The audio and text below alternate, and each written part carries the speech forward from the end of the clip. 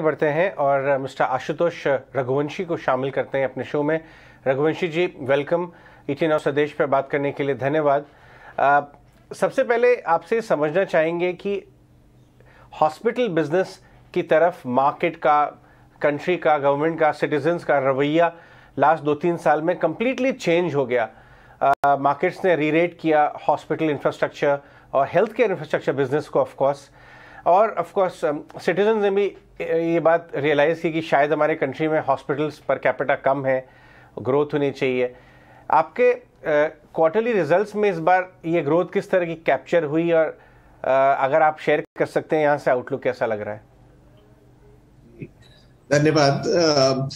जैसा कि आपने कहा, हेल्थ केयर एकदम फोकस में आया है और सभी स्टेक होल्डर्स को इस बात का आभास हुआ कि हेल्थ एक सेंट्रल इश्यू है, वो जिस पे सब कुछ निर्भर करता है, इकोनॉमी हो, चाहे स्वास्थ्य हो और चाहे डेवलपमेंट हो। तो उन्हीं सब चीजों को देखते हुए हेल्थ केयर एकदम फोकस में आया है। ये एक बहुत ही अच्छी बात है। पर भारत जैसे देश में जहाँ पर बहुत से लोग इकोनॉमिकली डिप्राइव्ड हैं, हमारा ये मानना है कि पब्लिक हेल्थ केयर का मजबूत होना बहुत जरूरी है और प्राइवेट हेल्थ केयर एक तरीके से उसमें एक कॉम्प्लीमेंट्री रोल अदा करता है।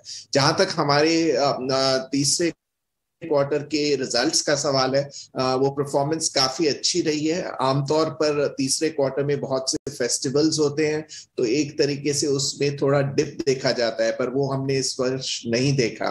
तो थर्ड क्वार्टर में कोविड का इतना कंट्रीब्यूशन नहीं था, ज्यादा हॉस्पिटलाइजेशंस कोविड को लेकर नहीं थे, और ये पूरा जो बिजनेस मोमेंटम था वो नॉन कोविड बिजनेस की वजह से था, और शायद थोड़ी कुछ पेंट अप डिमांड जो पिछले कुछ क्वार्टर्स में जमा हुई है, जो कि नॉन कोविड ट्रीटमेंट लोगों ने डिले किए हैं, उसका भी असर देखने को मिला और ज्यादा करके सर्जिकल वर्क ज्यादा हुआ। आगे भी इस तरीके से हमारा मानना है कि ये जो ग्रोथ दिखी है ये बरकरार रहेगी। जनवरी महीने में ऑफ कोर्स थर्ड वेव के कारण नॉन कोविड वर्क पे काफी असर था। ऑक्यूपेंसी लेवल्स भी कम हो गए थे उसी कारण से, करीब 55 से 58% के बीच में, जो कि अब धीरे धीरे रिकवर होते जा रहे हैं। पर ये एक तरीके से आप समझ सकते हैं कि ये बेसलाइन नंबर्स हैं और इससे हमें आगे भविष्य में बेटर नंबर्स देखने को मिलेंगे, ऐसी हमारी पूरी उम्मीद है। बिल्कुल। इनफैक्ट रघुवंशी जी, ये ट्रेंड हमने देखा है जो अभी भी जैसे आपने खुद कहा कि पॉजिटिव है और आगे और बेहतरी हो सकती है इसके चलते परफॉर्मेंस में। तो मार्जिन्स के फ्रंट पर एक तो आप कितना और सुधार एक्सपेक्ट कर रहे हैं, जो कि ऑलरेडी 4% सुधरे हैं YOY अगर हम तुलना करें पिछले साल से, और साथ ही ओवरऑल किस तरह का ग्रोथ आप एक्सपेक्ट कर रहे हैं? तो जैसे हॉस्पिटल सेगमेंट में हमारे करीब 17% के करीब अभी एबिटा मार्जिन्स चल रहे हैं, उसमें हमें उम्मीद है कि उसको एक 20% से ज्यादा ले जाने की आवश्यकता है। डायग्नोस्टिक में हमारे मार्जिन्स इंडस्ट्री पीयर के कंपैरिजन में पहले लो थे, पर अब वो बहुत उसमें सुधार आया है। नए मैनेजमेंट ने बहुत सी स्टेप्स लिए हैं जिनके कारण करीब 26% एबिटा देखने को मिला है थर्ड क्वार्टर में। तो वो हमें कंसिस्टेंटली मेंटेन करना है और उसमें रेवेन्यू ग्रोथ करने, ये हम लोगों का एक तरीके से स्ट्रेटेजिक प्लान है। और कुल मिला के कंसोलिडेटेड लेवल पे जो अभी 20% लेवल पे एबिटा पहुंचा है, उसको उससे कंसिस्टेंटली बढ़ाने की जरूरत है। उसके लिए बहुत सी ग्रोथ मेजर्स हम लोगों ने प्लान किए हैं। कुछ ऑर्गेनिक ग्रोथ होगी और कुछ हमने ब्राउन फील्ड प्रोजेक्ट्स हॉस्पिटल में खास तौर पे किए हैं, जिसमें कुछ बेड्स ऐड होंगे।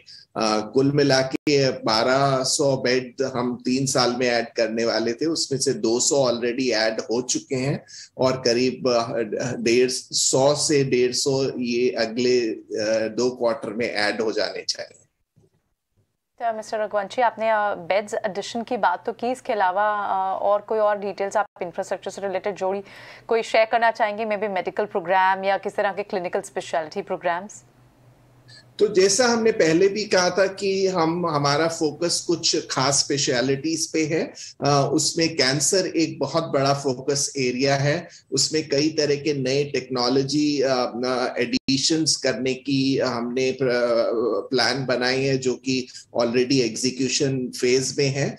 एक MR लिनैक जो टेक्नोलॉजी, नई तरह की रेडिएशन टेक्नोलॉजी है, भारत में पहले नहीं आई है, वो हमारे फ्लैगशिप हॉस्पिटल गुड़गांव में लगाया जा रहा है। गामा नाइफ का जो न्यूरो प्रोसीजर्स के लिए प्रयोग होती है, उसको लगाने का भी प्रयोजन है।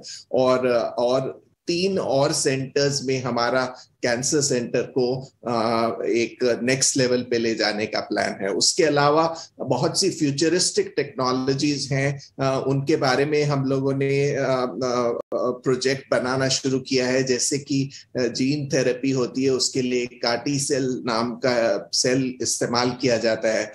उसके लिए हम लोगों का प्लान है और अगले 2 से 3 साल के बीच में एक बड़ा प्रोजेक्ट हम उसके बारे में लेकर आए। रघुवंशी जी, एक सवाल आपने अच्छा गाइड भी किया और आपने उस पर काफ़ी काम भी किया है, वो है अपने डेट रिडक्शन पे। इस क्वार्टर में अगर आप हमारे अपने शेयर होल्डर्स और हमारे व्यूअर्स के लिए बता सकें कि आपने कितना डेट रिडक्शन किया है और आगे क्या रोड मैप है इस पर? तो पिछले क्वार्टर में आपने जैसे देखा होगा, हमारा नेट डेट अब करीब 630 करोड़ के आसपास पहुंचा है। और ये एक तरीके से हमारी बैलेंस शीट को बहुत स्ट्रांग करता है। फोर्थ क्वार्टर में हमारा ये मार्जिनली ऊपर जा सकता है, पर ये इसी लेवल पर डेट रहने की उम्मीद है।